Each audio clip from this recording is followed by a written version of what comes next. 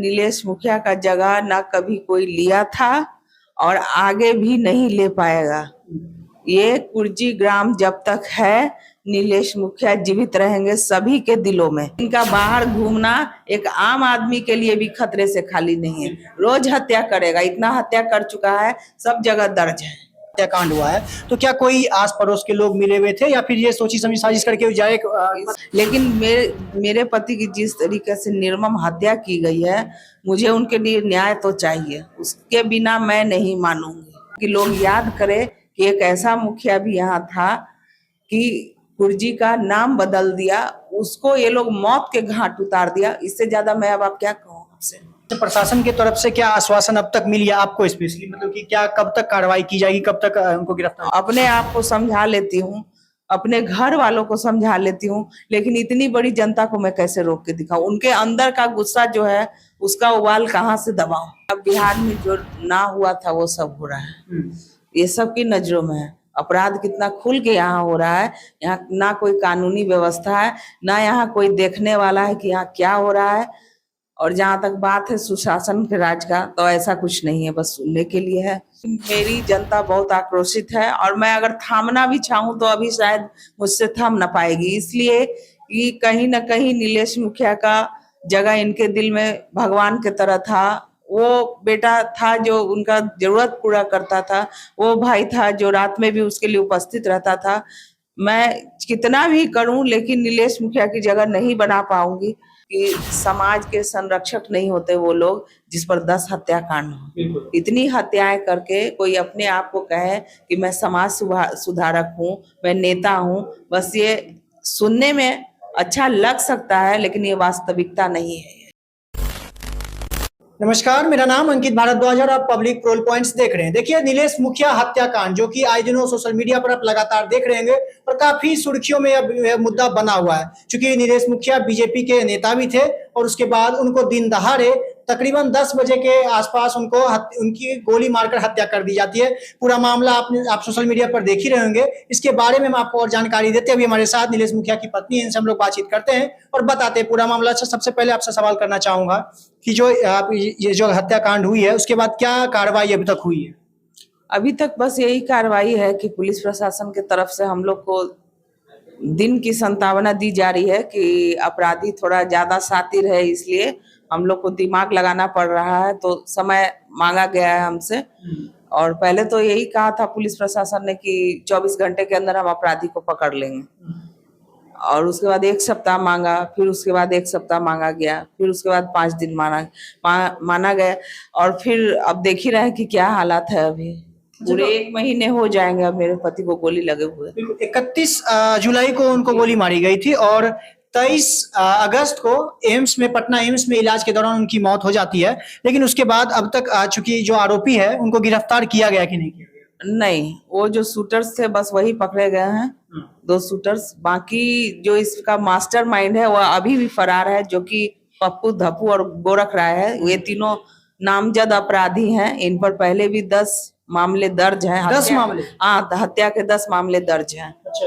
और फिर भी ये बेल पर घूम रहा है और इनके साथ कोई सख्ती नहीं बरती गई है। इन्होंने करीबन बहुत साल पहले, उस समय मेरी शादी भी नहीं हुई थी, रंजीत मुखिया यहाँ थे, उनकी भी हत्या में शामिल था और बेल मिल गई थी जिसमें आजीवन कारावास था। और एक कांस्टेबल थी सरस्वतिया देवी, उनका भी इन्होंने सुबह सुबह हत्या किया था और उसमें भी आजीवन कारावास था, उसमें भी ये बेल पर हैं। और मेरे पति के जो सबसे करीबी मित्र थे वीरमणि यादव, आज से 6-7 वर्ष पहले मेरी ही गाड़ी में दफ्तर से आने के क्रम में उनकी भी हत्या कर दी गई। उनमें भी यही लोग संलिप्त थे। उसके बाद भी अभी तक कोई कार्रवाई नहीं हुई? कुछ नहीं, उनका भी मामला ठंडा हुआ और देखिए बीते 7 वर्षों के बाद उसने मेरे पति की भी हत्या कर दी। तो आगे अब आप लोग क्या कर रहे हैं? मतलब चूंकि गांव वाले से भी हम लोग बातचीत कर रहे थे तो उन लोगों का कहना था कि कल तक अगर पुलिस प्रशासन कार्रवाई नहीं करती, अगर गिरफ्तार नहीं करती है तो फिर ये लोग आंदोलन फिर से शुरू करेंगे। देखिए, क्योंकि मेरी जनता बहुत आक्रोशित है और मैं अगर थामना भी चाहूँ तो अभी शायद मुझसे थम ना पाएगी। इसलिए कि कहीं ना कहीं नीलेश मुखिया का जगह इनके दिल में भगवान की तरह था। वो बेटा था जो उनका जरूरत पूरा करता था, वो भाई था जो रात में भी उसके लिए उपस्थित रहता था। मैं कितना भी करूं लेकिन नीलेश मुखिया की जगह नहीं बना पाऊंगी। बहुत बड़ा स्थान था मेरे पति का कुर्जी में। अब सबसे बड़ा गार्जियन समझिए कि जनतागण ही है हमारे, तो उनका आक्रोश तो मैं शायद ना रोक पाऊं। अपने आप को समझा लेती हूँ, अपने घर वालों को समझा लेती हूँ, लेकिन इतनी बड़ी जनता को मैं कैसे रोक के दिखाऊं? उनके अंदर का गुस्सा जो है उसका उबाल कहाँ से दबाऊं? अच्छा, एक कुछ मतलब कुछ लोग गांव वाले का कहना है कि मसीहा थे हमारे मतलब इस गांव के, इस जगह के। तो क्या आपको क्या लगता है कि चूंकि जो इसमें जो हुआ है, जो हत्याकांड हुआ है, तो क्या कोई आस पड़ोस के लोग मिले हुए थे या फिर ये सोची समझी साजिश करके जाए? इसमें बहुत सारे लोग हैं। मुख्य आरोपी जब इसमें पकड़ा जाएगा उसके अंदर बहुत से सारे लोग मिलेंगे, क्योंकि शुरू से ही इसके आंखों में मेरे पति खटकते थे। इनका इतना बढ़ना, जनता का प्यार, इससे बर्दाश्त नहीं हुआ। तीनों तरफ से ये हारा चुनाव, वो भी बर्दाश्त नहीं हुआ।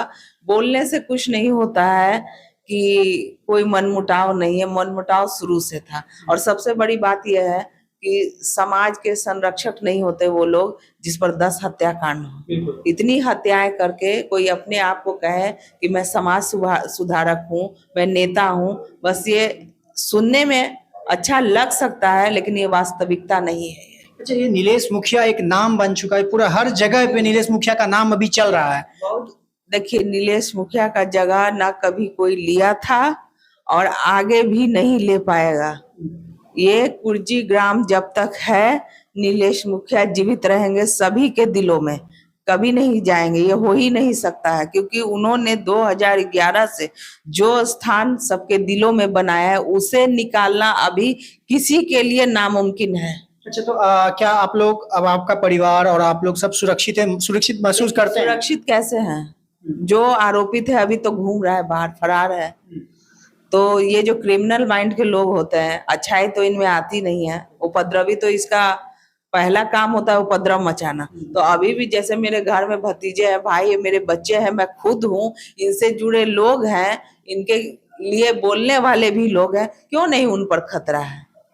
ऐसा क्या है ये वहां से बैठा के नहीं करा सकता है? जब मेरे पति का हत्या करवा दिया बाहर बैठ के, तो कुछ भी कर सकता है। तो आप लोग घर के बाहर अभी कैसे जाना आना कैसे कर रहे हैं? जा ही रहे हैं, क्यों नहीं जाएंगे? अब ऐसा थोड़े कि उसके डर से हम लोग निकलना बाहर बंद कर दें या जनता बोलना बंद कर देगी, ऐसा नहीं होगा। अच्छा, प्रशासन की तरफ से क्या आश्वासन अब तक मिल गया आपको स्पेशली, मतलब कि क्या कब तक कार्रवाई की जाएगी, कब तक उनको गिरफ्तार? और समय मांगा गया है, यही बोला गया है कि अपराधी थोड़ा ज्यादा शातिर है, जगह जगह ठिकाने बदल ले रहा है, ऐसा कुछ है। अब अंदर से क्या है, पुलिस प्रशासन सही बोल रही है गलत बोल रही है, वो तो आगे देखा जाएगा कुछ दिनों में। एक मामला और सामने आता है, क्योंकि जब गोली मारी जाती है उनको, तो पता चलता है कि वो जो बाइक, जिस बाइक से सवार होकर के आते हैं अपराधी, वो बाइक चोरी का बाइक होता है। तो क्या हमारे बिहार में क्या चोरी का बाइक बहुत आसानी से मिलना मतलब आसान आम बात? देखिए, अब बिहार में जो ना हुआ था वो सब हो रहा है, ये सब की नजरों में है। अपराध कितना खुल के यहाँ हो रहा है, यहाँ ना कोई कानूनी व्यवस्था है, ना यहाँ कोई देखने वाला है कि यहाँ क्या हो रहा है। और जहां तक बात है सुशासन के राज का, तो ऐसा कुछ नहीं है, बस सुनने के लिए है। कोई सुशासन का राज नहीं है यहाँ। रोज अपराध, रोज सोना छीना, झपटी, चेन, देख रहे हैं आप लोग, रोज हत्या, रोज ये सब होते रहता है। ये आम बात हो चुकी है यहाँ के लिए। तो ये बोलना कि यहाँ कोई सुरक्षित है, ऐसा नहीं है। अच्छा, एक आरोप यह भी लग रहा है, कुछ लोग यह भी कह रहे हैं कि भारतीय जनता पार्टी से वो थे इसलिए उनकी हत्या कर दी जाती है, और बहुत लोग इसको आरजेडी के तरफ से भी मोड़ जोड़ते हैं कि जो हत्यारा है, जो आरोपी है, वो आरजेडी से मिले हुए हैं, आरजेडी का उनको संरक्षण मिला हुआ है। देखिए, उस पार्टी में तो ये है, वो पूरा है उस पार्टी में। अब जब इस पर कोई सवाल अभी नहीं उठ रहा है तो लोग बोलेगा ही ना कि ऐसा है। आखिर क्यों सरकार आंख बंद करके बैठी हुई है? अभी ये कोई मामूली घटना तो नहीं है। किसी इंसान को बिना मौत के मौत देना, जो इंसान चाहता था, अभी बहुत कुछ करना चाहता था, वो जो इंसान चाह रहा था कि मैं अपने जगह को 5 से 6 साल में बिल्कुल बदल के रख दूं, कि लोग याद करें कि एक ऐसा मुखिया भी यहाँ था कि कुर्जी का नाम बदल दिया, उसको ये लोग मौत के घाट उतार दिया। इससे ज्यादा मैं अब क्या कहूँ आपसे? चलिए, आखिर में ज्यादा समय नहीं लूंगा, लास्ट में आप क्या सरकार से मांग करना चाहते हैं? देखिए, मैं अपने पति के लिए न्याय चाहती हूँ। यही मेरा मांग है। अब तो मैं कुछ मांग नहीं रही हूँ किसी से, लेकिन मेरे पति की जिस तरीके से निर्मम हत्या की गई है, मुझे उनके लिए न्याय तो चाहिए। उसके बिना मैं नहीं मानूंगी।